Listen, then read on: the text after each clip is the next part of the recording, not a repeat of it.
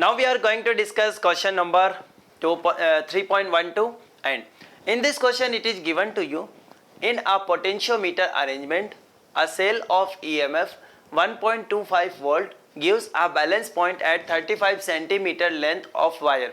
Clear? After that it is given if the cell is replaced by another cell and the balance point shift to 63 centimeter, what is EMF of second cell? Clear? So actually you know the potentiometer. Potentiometer is an electrical instrument which is used to measure potential difference between 2 points. Clear?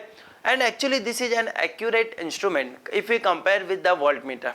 Clear to you? So if we talk about application of potentiometer, so potentiometer is actually used to compare EMF of two cells. Clear? So how can we compare EMF? So we can say actually we utilize one concept, that potential gradient, and we can say EMF of a cell is directly proportional to the balancing length. Clear? So a very simple question we have. So we can write like this: EMF is directly proportional to balancing length. So we can say EMF of second cell divided by EMF of first.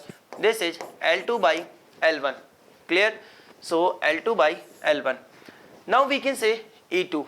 E2 we can say this is our objective value of E1. Value of E1 is given 1.25 volt and this is equal to L2 by L1. L2 value is given to you 63 divided by, we can say this is 35. Clear?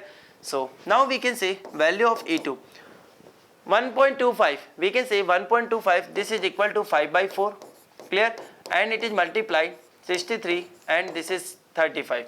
Clear? We can say this one is 7. Yes or no? So we can say E2 value, this is given by 63 by 28. Clear? So 63 by 28. Clear?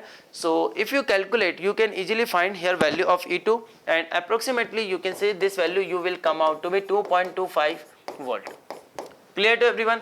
So we can say EMF of second cell, this is given by 2.25 volt. Clear everyone? Yes. So this is all about this question.